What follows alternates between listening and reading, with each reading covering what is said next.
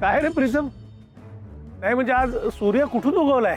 हा काय आहे ना, ज्या मुलावर आपल्या आईचंच कर्ज असतं ना, त्याला झोप कशी येईल नाही का? जोपर्यंत मी माझ्या आईचं कर्ज फेडत नाही तोपर्यंत मला स्वस्त बसवणार नाही ना. म्हणून तेच पैशांची काय जमवाजमव होते का, पैसे मिळत आहेत का ते बघण्यासाठी मी रात्रभर बाहेर होतो. लवकरात लवकर आईला तिचे पैसे परत करायचे आहेत नाही का?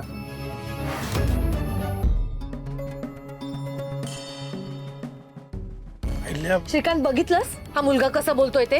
ही पद्धत आहे आईशी बोलायची? एकतर स्वतः चुका करायच्या आणि वर आम्हालाच तोरे दाखवणार. कसा सांभाळणार आहे हा बिझनेस? अरे 50 लाखांची कॅश सांभाळता येत नाहीये या मुलाला आणि ह्याच्यावर आपण आपला अख्खा बिझनेस सोपवून निवांत होणार आहोत. कसं होणार आहे सगळं मला काही कळतच नाहीये.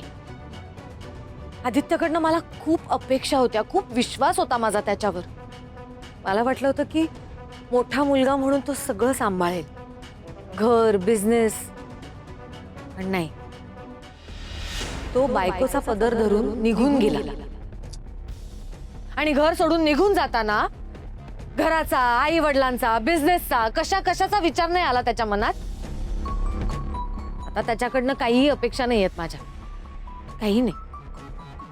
पण प्रीतम, आपला मोठा भाऊ घर, बिझनेस सगळं सोडून निघून गेलाय, तर मला असं वाटलं होतं की तो स्वतःहून ही जबाबदारी घेईल, स्वतःहून बिझनेस सांभाळेल. पण नाही, तो फक्त चुका करतोय श्रीकांत. तो मुलगा फक्त चुका करतोय. अशा बेजबाबदार मुलावर आपण आपला बिझनेस सोडून देणार आहोत? आपण कष्टाने कमावलेला हा सगळा बिझनेस, उभा केलेला हा बिझनेस असा धुळीला मिळून जाणार आहे? मला खरंच कळत नाहीये काय होणार आहे ते. आईला एवढा टोकाचा विचार नको करूस. हे बघ, आपलं सगळं काही चांगलं होणार आहे, नको काळजी करूस तू. कसं म्हणतोस तू नको काळजी करूस म्हणून?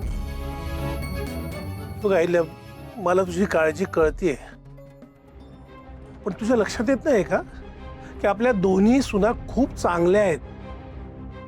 अगं, प्रिया आणि पारू प्रीतमला आणि आदित्यला कधीच चुकीच्या मार्गावर जाऊ देणार नाहीत, कारण त्या तुझ्यासारख्याच हुशार आहेत. आणि पारू बघ ना, तिचा व्यवसाय किती व्यवस्थित सांभाळते ती.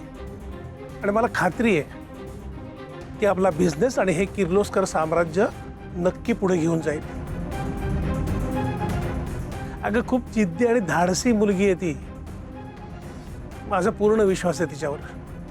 ती आपल्या कंपनीचं नाव नक्की उंचावर नेईल. प्लीज श्रीकांत, त्या मुलीचं नाव सुद्धा घेऊ नकोस.